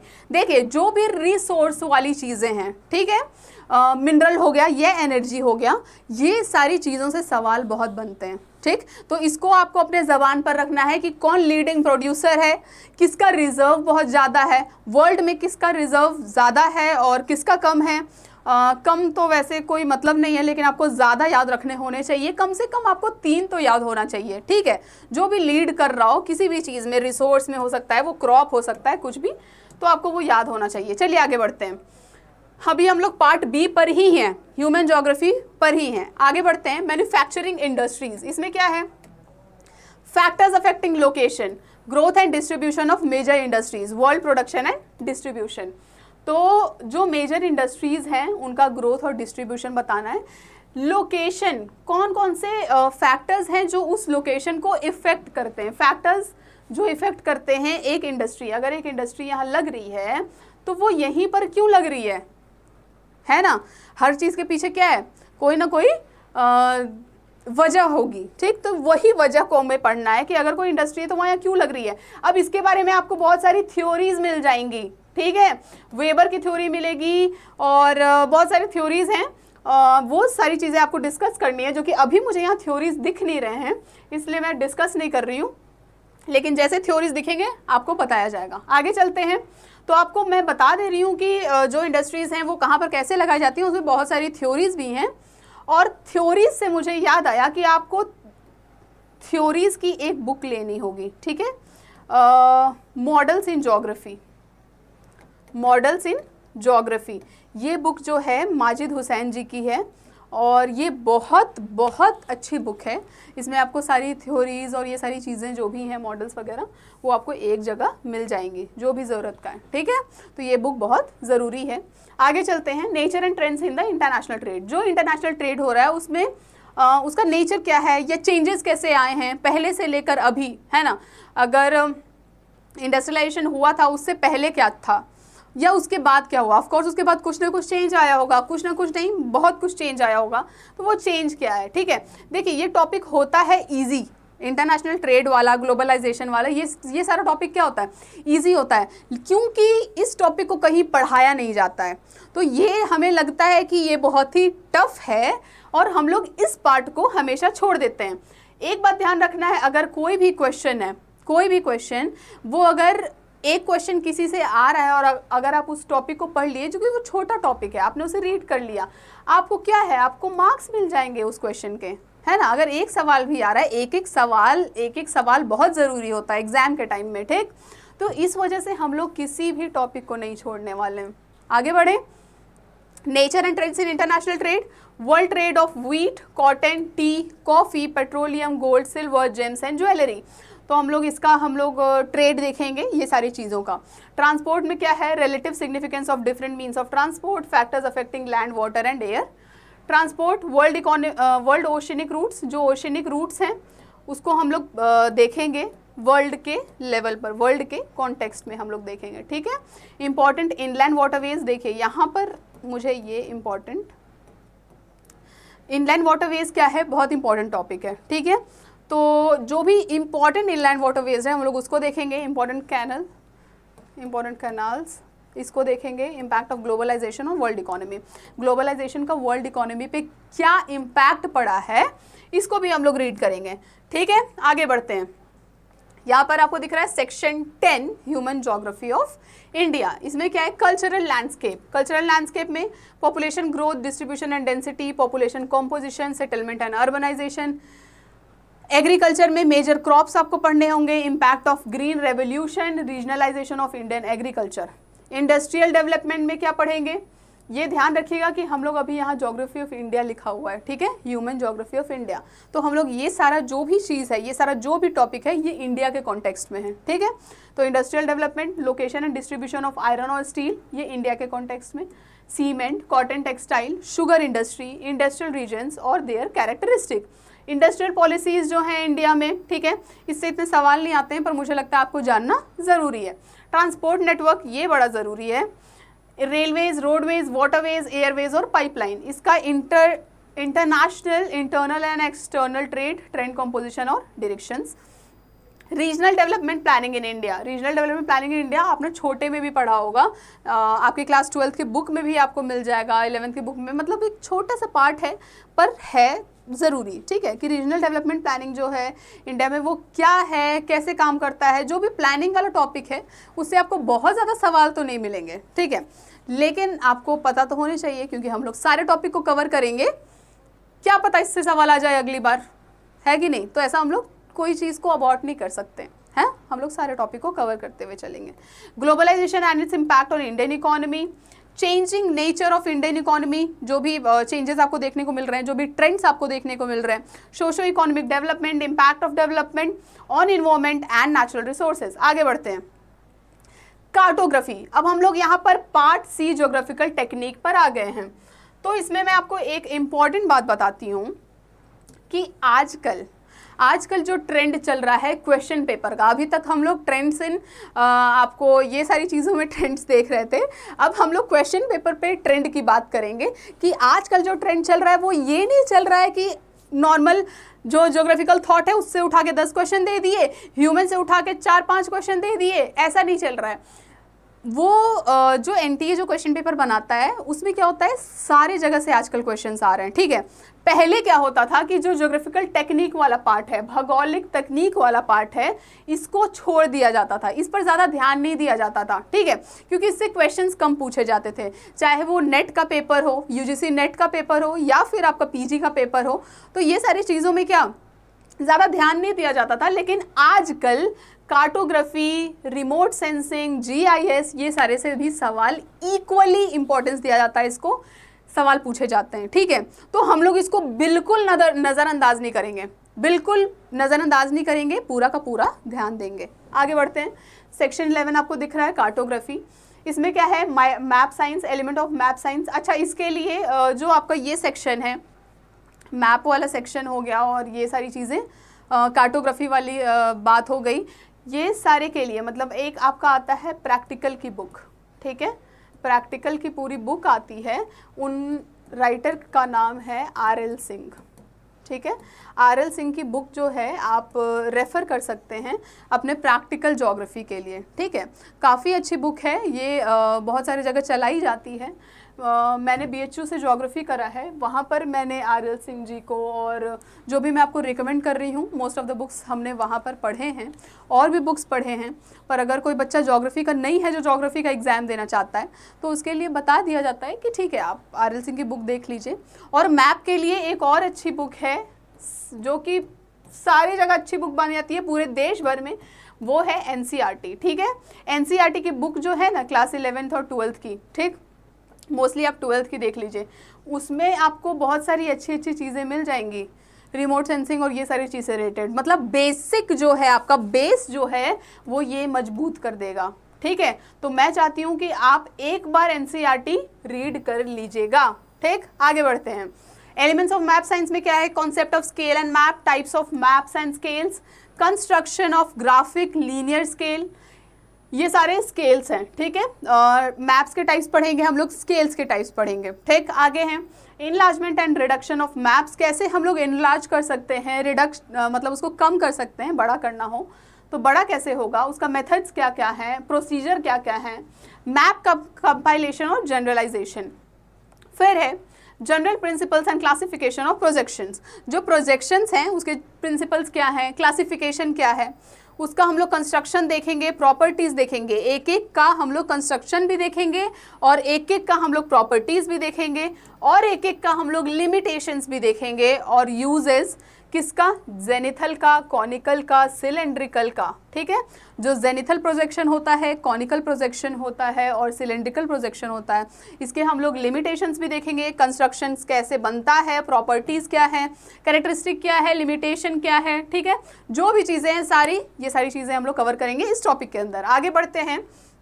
Methods of showing relief, ठीक, रिलीफ कैसे कैसे दिखाया जाता है ये हम लोग सीखेंगे। ये बहुत ही अच्छा टॉपिक है कि रिलीफ कैसे कैसे दिखाया जाता है, हार्श्योर, शेडिंग, कॉन्टोर्स, ये तीनों चीज़ों से दिखाया जाता है, तो हम लोग ये चीज़ देखेंगे। आगे है contour, interpolation, profile, drawing of profile, profile बनाना सीखेंगे, and their relevance in landform mapping and analysis. Identification of different rocks का आइडेंटिफिकेशन कैसे होगा, SOI टोपो शीट्स, आपको टोपो शीट्स जो देखिए मैप को रीड करना, टोपो शीट्स को रीड करना, ये मैं आपको सिखाऊंगी, ठीक है, आगे आने वाले क्लासेस में। Interpretation of physical and cultural topographic sheets, हम लोग कैसे उसको इंटरप्रेट करें, ये सारी चीज़ें हम लोग देखेंगे, और ऐसे ही आप मेरे साथ बने रहेंगे तो मुझे भी मज़ा आएगी पढ़ाने में। और जो भी मैप वाला सेक्शन है वो काफ़ी इंटरेस्टिंग होता है, जिन बच्चों को इंटरेस्ट है उनके लिए तो और ज़्यादा इंटरेस्टिंग हो जाएगा, जिनको नहीं इंटरेस्ट है मैं हूँ आपके लिए, 100% इंटरेस्ट आ जाएगा। आगे चलते हैं। Methods and instruments for collection of weather data, weather data के बारे में हम लोग पढ़ेंगे, हम लोग कैसे उसको मतलब उसका जो मेथड्स है और इंस्ट्रूमेंट्स है, कैसे उसको वेदर डेटा को कलेक्ट करना है, उसका हम लोग मेथड्स और इंस्ट्रूमेंट्स पढ़ेंगे। कंस्ट्रक्शन ऑफ क्लाइमोग्राफ पढ़ेंगे, हाइथोग्राफ, आइसोथर्म, आइसोबार, आइसोहाइट्स, ठीक है। देखिए आइसोथर्म, आइसोबार और आइसोहाइट्स जो है ये आपके प्रैक्टिकल में तो छोड़ दीजिए, आपके वो वाले पार्ट जो थ्योरी वाला पार्ट इससे पहले जो हमने सारा देखा उसमें भी आता है ये सवाल, ठीक है। आइसोथर्म, आइसोबार, आइसोहाइट्स, कई बार ये सवाल मैंने देखा है। चलिए, तो हम लोग क्लाइमोग्राफ बनाना सीखेंगे, हाइथोग्राफ बनाना सीखेंगे। ये सब के बारे में हम लोग जानेंगे। प्रिपरेशन ऑफ वेदर मैप्स और symbols used in weather maps, weather maps में कौन कौन से सिंबल क्या क्या दर्शाते हैं ये हम देखेंगे। Interpretation of Indian daily weather maps, जो इंडियन डेली वेदर मैप्स आता है उसको हम लोग इंटरप्रेट करना सीखेंगे। जब हम लोग सिंबल सीख जाएंगे ना तो उससे क्या होगा कि हम लोग मैप को पढ़ना सीख गए।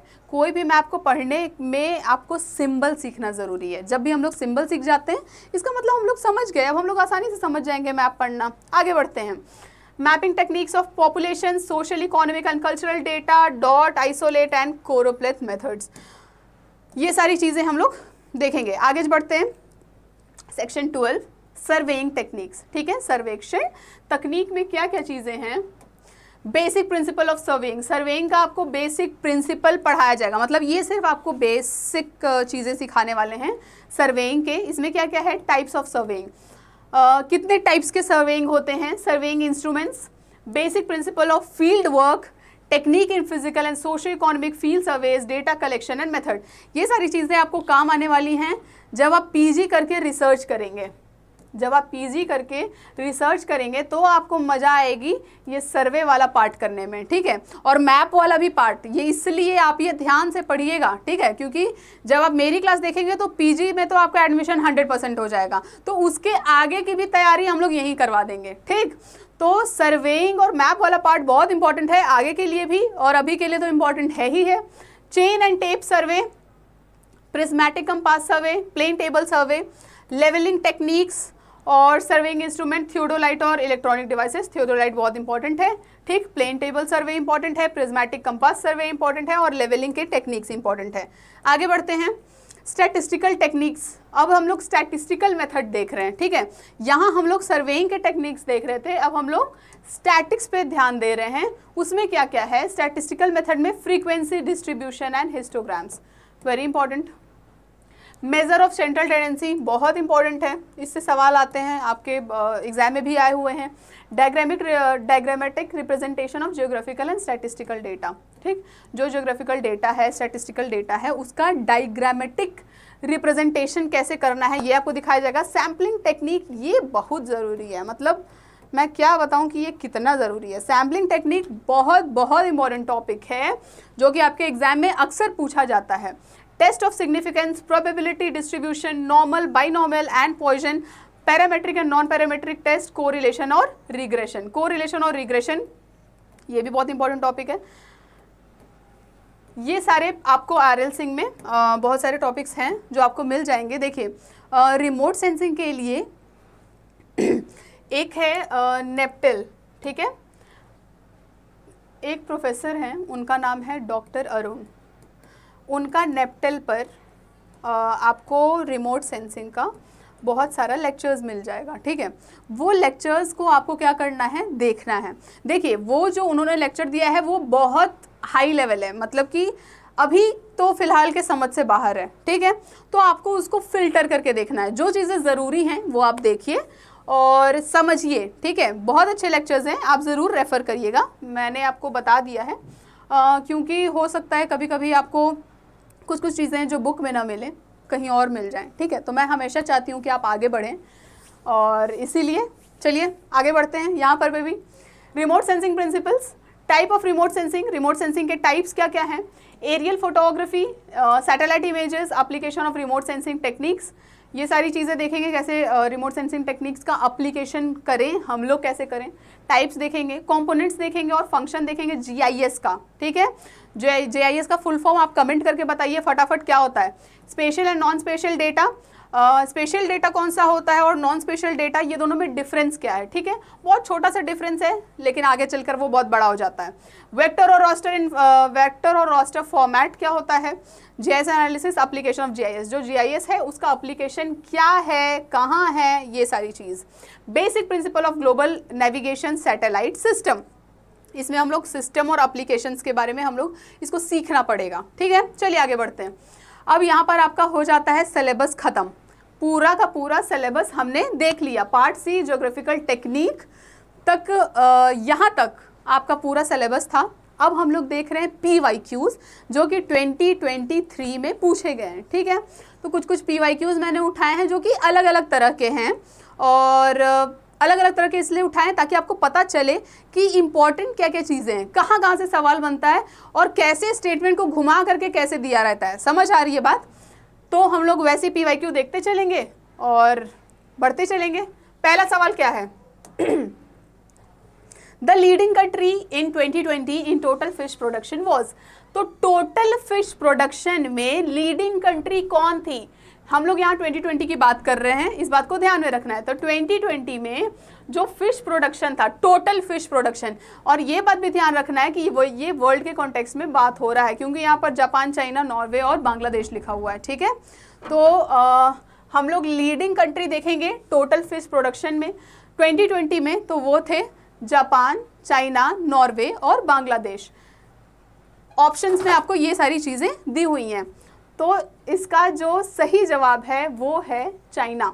चाइना जो है वो टोटल फिश प्रोडक्शन में सबसे आगे है, ठीक है। टोटल फिश प्रोडक्शन में सबसे पहला नंबर जो है वो चाइना का आता है।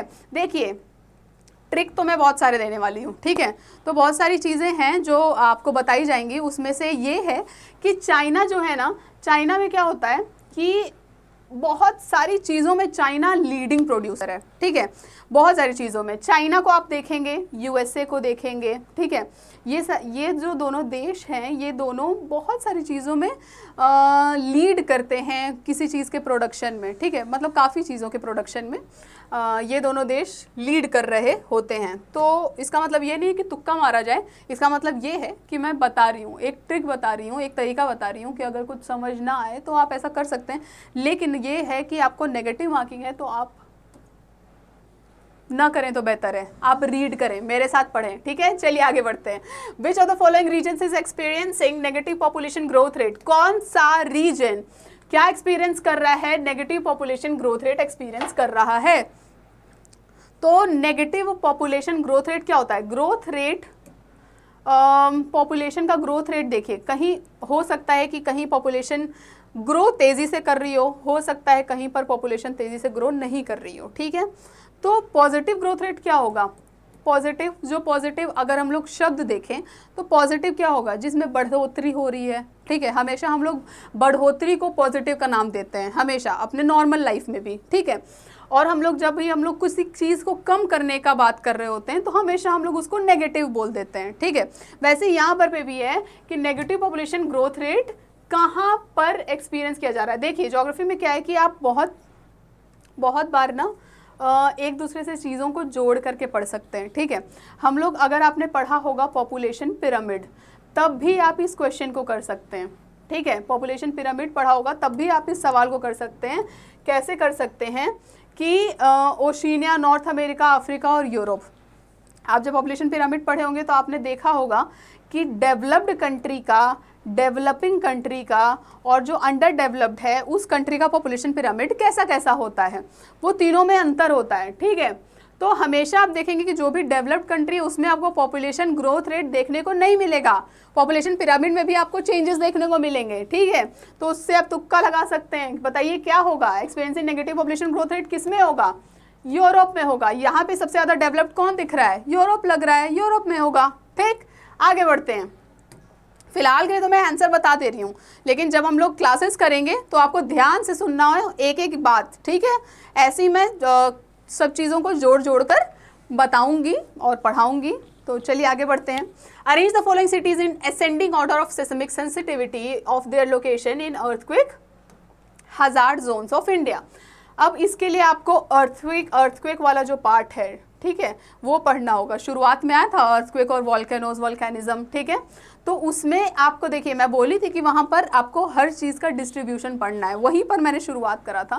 मैंने बोला था कि हर चीज़ का आपको डिस्ट्रीब्यूशन पढ़ना है। डिस्ट्रीब्यूशन, अभी यहाँ पर क्या सवाल पूछ दिया?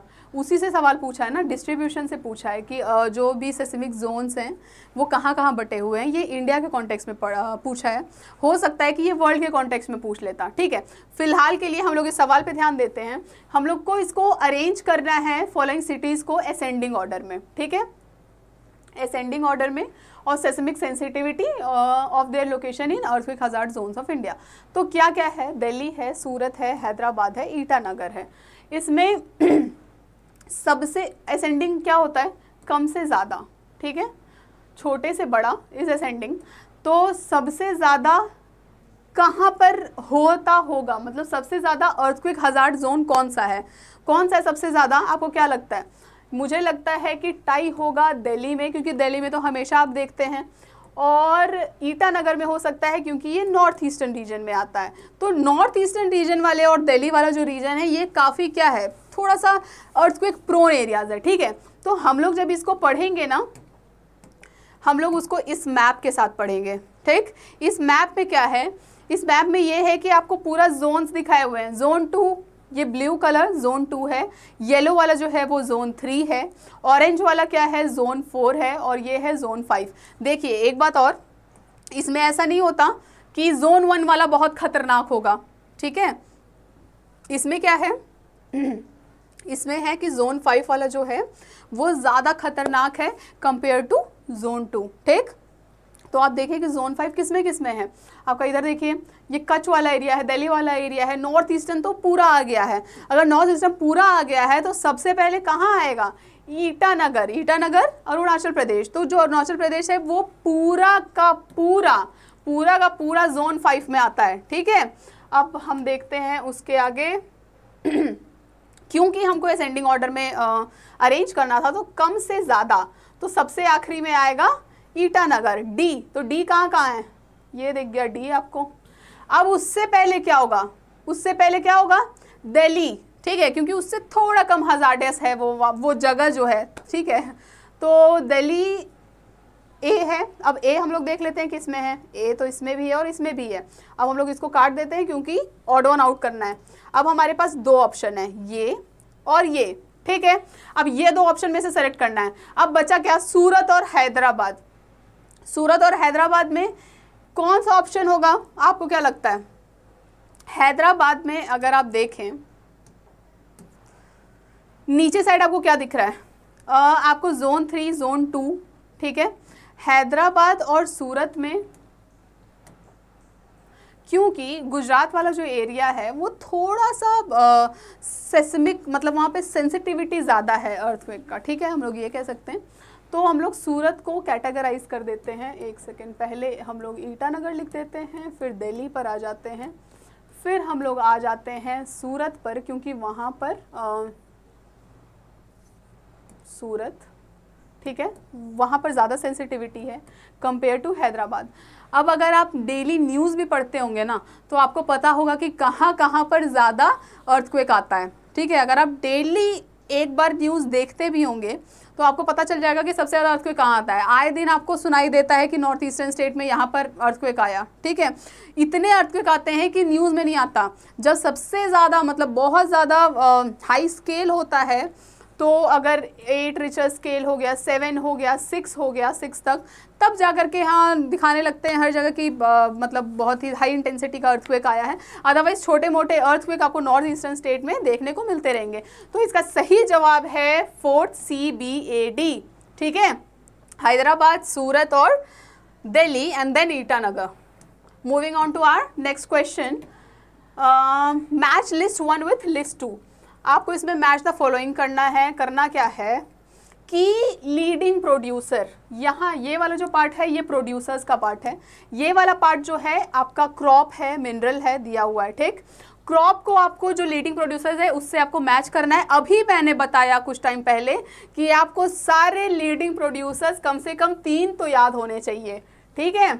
इसीलिए मैंने बताया था क्योंकि सवाल इतने ज़्यादा आते हैं। अब बताइए कि कॉफ़ी सबसे ज़्यादा कहाँ प्रोड्यूस होता है, टी सबसे ज़्यादा कहाँ होता है, मैंगनीज कहाँ होता है, कॉपर कहाँ होता है।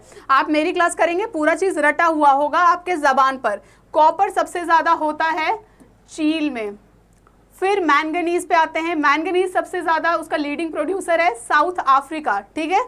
तो हम लोग देख लेते हैं कॉफ़ी का। तो देखिए सब लोग जानते हैं कि कॉफ़ी का जो लीडिंग प्रोड्यूसर है ब्राज़ील ही है, ठीक है। ये आप लोग कहीं कहीं पढ़े होंगे, आप अपने छोटे से आप पढ़ते आ रहे हैं कि कॉफ़ी ब्राज़ील में होता है। NCERT आपने रीड करा होगा तो आप तो 100% जानते होंगे कि कॉफ़ी का लीडिंग प्रोड्यूसर ब्राज़ील है। तो हम लोग ऑड वन आउट करना शुरू करते हैं। ए का 2 देखते हैं कहाँ कहाँ दिया हुआ है, यहाँ दिया हुआ है, ये दोनों को कैंसिल कर देते हैं, बचा ये और ये।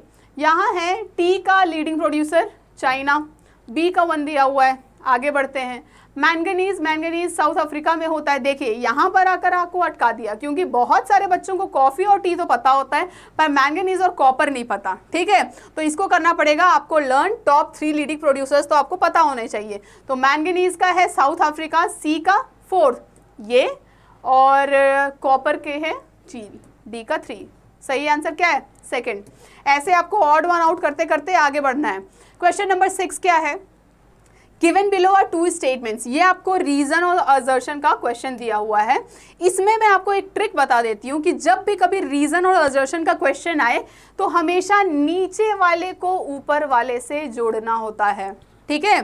रीजन को हमेशा असर्शन से क्या करना होता है? जोड़ना होता है। अगर नहीं जुड़े तो समझ जाइए कि दोनों सही भी हो सकता है पर करेक्ट एक्सप्लेनेशन नहीं हो सकता है। पर यहाँ पर हम लोग देखते हैं असर्शन क्या दिया हुआ है। Coral reefs are found mainly in tropical seize.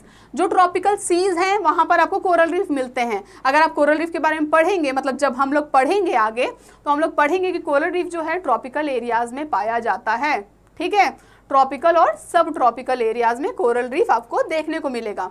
आगे क्या है? रीजन है the great barrier reef off the coast of Australia is the largest shelf reef in the world.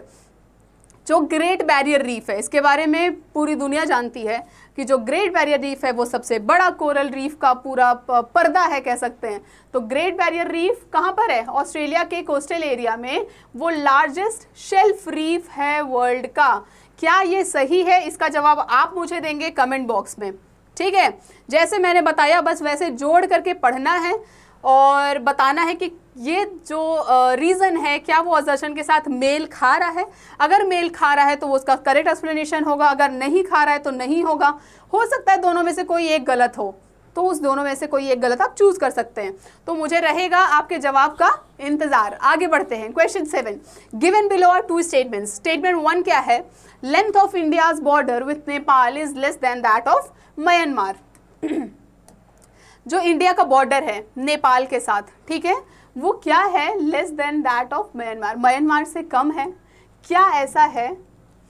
Length of India's border with Myanmar is greater than that of Pakistan. जो म्यांमार का India का border का length है वो पाकिस्तान से बड़ा है। पर एक बात ध्यान रखना है, पाकिस्तान का म्यांमार और नेपाल दोनों से बहुत बड़ा बॉर्डर है, ठीक है। 3000 करके कुछ पाकिस्तान का बॉर्डर है।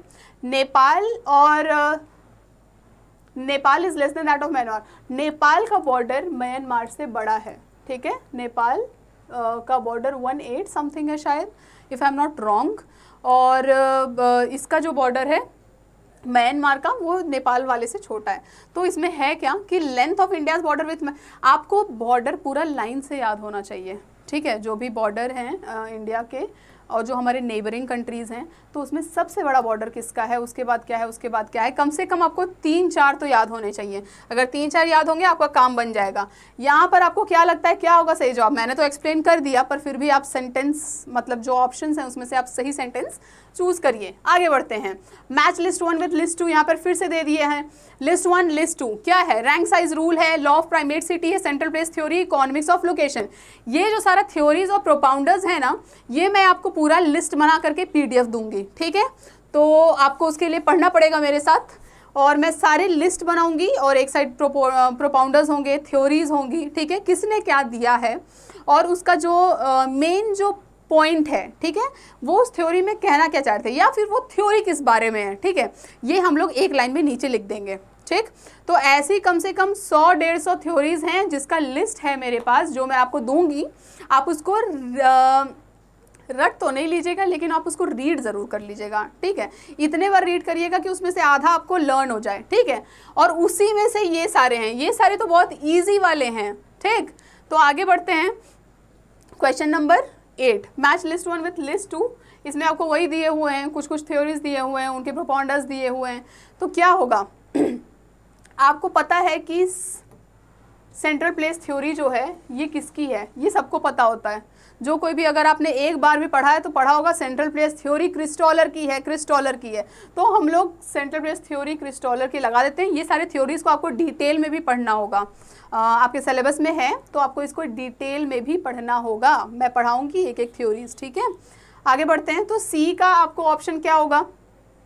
1, यहाँ पर 2 दिख रहा है। इसको हम लोग काट देते हैं, ये दोनों होने का चांस नहीं है, मतलब 0। आगे बढ़ते हैं। Law of primate city, law of primate city किसका होगा? M Jefferson. ये भी थ्योरी है। प्राइमेट सिटी क्या है? प्राइमेट सिटी के बारे में आपको जानना होगा कि प्राइमेट सिटी किसे कहते हैं, ये पूरे वर्ल्ड में कौन कौन सा जगह है जिसको प्राइमेट सिटी बोला गया है, ठीक है, या फिर हम लोग कंसिडर कर सकते हैं कि ये जगह प्राइमेट सिटी है। अब क्यों है वो प्राइमेट सिटी, ये तो आपको पढ़ के पता चलेगा। तो हम लोग यहाँ पर देखते हैं प्राइमेट सिटी दिया गया है एम जेफरसन के द्वारा, तो बी का 3। अगर आपको 2 भी पता है तो आपको आंसर मिल गया, ठीक है। अगर आपको इतने सारे ऑप्शंस में से अगर मेरे लिस्ट को आपने ध्यान से पढ़ा होगा या पढ़ेंगे जब मैं आपको दूंगी, तो आपको उसमें से अगर कुछ भी याद है तो आपको जवाब मिल जाएगा। आगे बढ़ते हैं, क्योंकि हमने देख लिया सिलेबस और हमने देख लिया क्वेश्चंस, तो हम लोग बढ़ते हैं स्ट्रैटेजी की तरफ कि हमें क्या क्या करना है। देखिए कुछ कुछ इंपॉर्टेंट पॉइंट्स हैं जो आपको ध्यान में रखना है। ध्यान में क्या क्या चीज़ें रखनी है? पहला पॉइंट है have the clarity of the syllabus. क्योंकि हमने इतने देर सिलेबस पर बात करा है, तो अगर आप ये वीडियो पूरा देखेंगे तो आपको क्लैरिटी तो 100% हो जाएगी सिलेबस की। आप ये वीडियो पूरा आखिरी तक देखिए और एक बार थरो रीड करिए सिलेबस को, ठीक है। तो आपको सिलेबस का क्लैरिटी होना चाहिए first of all. Secondly focus on PYQs। जो PYQs हैं उसमें कैसे सवाल आ रहे हैं, आप उसको क्या करिए, पहले तो सॉल्व करिए, ठीक है। एक क्वेश्चन लीजिए, जैसे क्वेश्चन मैंने लिया, आपने सॉल्व करा, ठीक है। आप अपना दिमाग इस्तेमाल करिए, ट्रिक इस्तेमाल करिए, ऐसे धीरे धीरे करते करते अपना आंसर को एनालाइज करिए कि आपने ये आंसर करा तो क्यों करा, ठीक है। और अगर वहाँ पर 3 ऑप्शंस और हैं तो ये तीनों आंसर सही क्यों नहीं है। क्लियर है? अब है आपको एक बुक लिस्ट चाहिए होगी, ठीक। वो जो बुक लिस्ट है वो मैं आपको अभी दिखा दूंगी, आप उसका स्क्रीनशॉट ले लीजिएगा। और वो सारी बुक क्या है कि बहुत ज़रूरी हैं आपके ये सिलेबस को कवर करने के लिए, ठीक है। जो कि आप PG के स्टूडेंट्स हैं तो आप उस बुक लिस्ट में ना आपने UG में भी बहुत सारी पढ़े होंगे, ठीक है। 1-2 हो सकता है आपने नहीं पढ़ा हो, तो आप वो ले लीजिए और पढ़ना शुरू करिए आज से, अभी से। नोट मेकिंग एंड रिवीजन पे आपको बहुत ध्यान देना है। मैं जैसे जैसे क्लास लेते जाऊंगी आप एक कॉपी बनाएंगे और उस कॉपी में फटाफट लिखते जाएंगे, क्योंकि मैं बहुत शॉर्ट में लिखूंगी, पढ़ाऊंगी डिटेल में, ठीक है। तो वो जब आप नोट बनाएंगे एक एक लाइन की, आप जब एग्जाम से पहले एक बार टर्न करेंगे पेजेस को, पूरा का पूरा रिवाइज हो जाएगा। और आपको एक बात और ध्यान रखना है कि आपको डेली रिवीजन करना पड़ेगा। डेली रिवीजन करिए, एक बार मैप खोल करके पलटा लीजिए, बस एक बार नज़र डालिए कि क्या चीज़ कहाँ पर है। आगे चलते हैं। Have daily, weekly and monthly targets. आपको अपना टारगेट बनाना होगा, डेली टारगेट, वीकली टारगेट और मंथली टारगेट। सबसे पहले आप डेली टारगेट बनाइए। ये सोचिए कि आज आपको क्या कंप्लीट करना है। एक टॉपिक करना है, अभी शुरुआत है, एक टॉपिक कंप्लीट करिए, ठीक है। आज एक टॉपिक, और आपको ये सोचना है कि इस वीक में आपको कौन सा टॉपिक या कौन सा सेक्शन कंप्लीट कर लेना है। जियोमॉर्फोलॉजी से शुरू है तो जियोमॉर्फोलॉजी आप 1 हफ्ते में ख़त्म कर दीजिए, ठीक है। ये आपका वीकली टारगेट हो गया। और आज आपका जो कंप्लीट करेंगे वो आपका डेली हो गया। और ऐसे ही मंथली टारगेट कंप्लीट करिए। जितना टाइम बचा है एग्जाम में आप डिवाइड कर लीजिए, लेकिन टारगेट होना बहुत ज़रूरी है आपके लाइफ में, ठीक है। Make charts of models and theories. ये मैंने बोला कि मैं आपको दूंगी, चार्ट्स दूंगी मॉडल का और थ्योरी का। उसको आप अपने दीवार पर सामने आप जहां पढ़ रहे हो वहां पर लगा लेंगे और डेली उसको देखते रहेंगे, ठीक। तो ये हो जाएगा आपका रिवाइज नहीं, पूरा लर्न। आगे बढ़ते हैं। Drainage system, multipurpose project, right and left tributaries, mountain peak, passes glaciers on map. तो जो ग्लेशियर्स हैं, माउंटेन पीक्स हैं, तो आपको करना क्या है, मैप पर उसे डेली देखते रहना है, ठीक है। या फिर मैप की एक बुक आती है जो कि जिसमें सिर्फ मैप बना होता है, कुछ दिया नहीं होता है। वो बहुत ही सस्ते में, बहुत कम दाम में आती है, आप उसको ख़रीद लीजिए। पेंसिल से खुद से आप क्या करिए, ड्रॉ कर लीजिए। ड्रेनेज है तो आप ड्रॉ कर लीजिए, जो भी चीज़ें हैं उस हिसाब से, ठीक। तो ये सारी चीज़ें आप बनाएंगे, उससे क्या होगा, बहुत फ़ायदा है, आप लर्न कर पाएंगे सारी जगह। हाँ, हम लोग बुक लिस्ट देख लेते हैं। बुक लिस्ट में क्या है, फिजिकल ज्योग्राफी है, जीसी लियोंग मैं भूल गई, बहुत ही ज़रूरी टॉपिक। ह्यूमन ज्योग्राफी है एसडी मौर्य की, ह्यूमन ज्योग्राफी है माजिद हुसैन। आगे है देखिए एवोल्यूशन ऑफ ज्योग्राफिकल थॉट, मैंने बताया आपको माजिद हुसैन जी की। ज्योग्राफी ऑफ पॉपुलेशन, ये आरसी चांदना की बुक आप अलग से ले सकते हैं पॉपुलेशन के लिए, उसमें आपकी पॉपुलेशन की सारी चीज़ें कवर हो जाएंगी। आगे है ये अलका गौतम जी की बुक है, मैंने आपको बताया। मॉडल्स इन ज्योग्राफी बहुत ज़रूरी, मैंने बताया। इंडियन ज्योग्राफी के लिए आप DR कुलर की बुक ले सकते हैं। DR कुलर में आपको देखिए डियर कूलर बहुत बहुत वास्ट है, ठीक है, बहुत मोटी बुक है, बहुत बढ़िया बुक है। आपको पूरा नहीं पढ़ना है, जो मेन चीज़ें हैं, इंपॉर्टेंट चीज़ें, ठीक है, वो सारी चीज़ें आपको पढ़ना है। फिजियोग्राफी पढ़ना है और इंडिया के कॉन्टेक्स्ट में, क्योंकि ये ज्योग्राफी ऑफ इंडिया है, तो कुछ कुछ चीज़ें हैं, सॉइल्स हैं, ये सारी चीज़ें आपको इसमें से पढ़नी है। प्रैक्टिकल ज्योग्राफी की ये बुक है आर एल सिंह और प्रोफेसर राणा पी.वी. सिंह जी की, ये भी आप कंसिडर कर सकते हैं, ठीक है। तो ऐसे ही आप हमारे साथ जुड़े रहिए। हमारा बैच श्योर सिलेक्शन बैच जो कि लॉन्च हो चुका है 2024 में, जो भी बच्चे प्रिपरेशन कर रहे हैं और जो भी बच्चे ज्योग्राफी ऑप्ट करना चाहते हैं वो तो मेरे साथ जुड़े रहें और ऐसे ही आगे बढ़ते रहें, मैं यही कामना करूंगी। आप चाहे आपको वीडियो ये पसंद आया तो आप लाइक कर सकते हैं, सब्सक्राइब कर सकते हैं CUET कॉन्सेप्ट को और आप हमारे साथ जुड़ सकते हैं। धन्यवाद।